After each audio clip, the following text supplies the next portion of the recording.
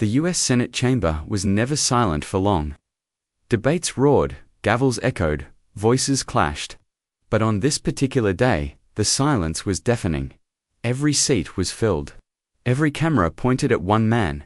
And every breath in the room seemed to wait on what he was about to say. Senator John Kennedy of Louisiana stood at the center, a man known as much for his wit as his wisdom, his humor as his hard truths. But today, there was no clever line, no charming aside. Today, he stood with a stillness that spoke louder than any soundbite. People whispered as he adjusted the mic. His usual glint of mischief was gone, replaced with something heavier: gravity, sorrow, but also conviction. "Mr. President," he began, his voice low but clear, "I rise today not to argue, not to defend or accuse. I rise today because I can't sit down any longer. No one knew what was coming, and no one expected what came next. I will not be seeking re-election to the United States Senate." A collective gasp filled the room, not just from fellow senators, but from the aides, the staffers, the press, and the millions watching from afar. For years, John Kennedy had been a mainstay in American politics, a voice of sharp reason and biting humor, a Southern statesman with a national impact. To imagine Capitol Hill without him was like imagining the sky without stars. He paused, letting the words settle. Then he continued, "I came to this chamber not to be somebody, but to do something. And over the years, I've fought for what I believed in. Sometimes I won. Sometimes I lost. But I've never stopped trying to speak the truth. Even when it got me in trouble." He gave a faint, sad smile, "especially when it got me in trouble." And then, slowly, with growing emotion, he explained why. "My wife Becky and I, we got news last month. News no one wants to hear. She's been diagnosed with an aggressive form of cancer. And while I believe in the work we do here, I believe in this country and in the goodness of its people, there comes a time when your heart pulls you home." The chamber was silent again, this time with a different kind of retrospect. Grief, love.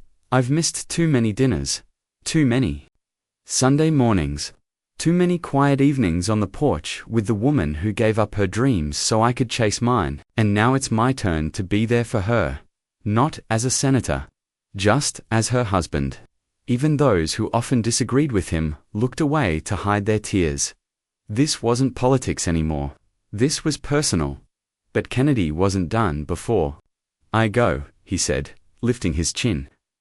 "I want to say this to the American people, especially the young ones who still believe public service is worth it.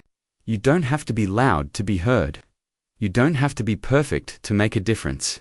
You just have to care more about your country than your career." His voice broke slightly, but he kept going. "Speak plainly, fight fairly, love fiercely, and never forget who you're doing it for." In the days that followed, his announcement dominated every network. But beyond the news cycle, something deeper stirred in the hearts of Americans, Democrat and Republican alike. Messages flooded in from across the country. Veterans, teachers, factory workers, pastors, all thanking him. Not for being perfect, but for being real. And back in Louisiana, Kennedy returned to his roots.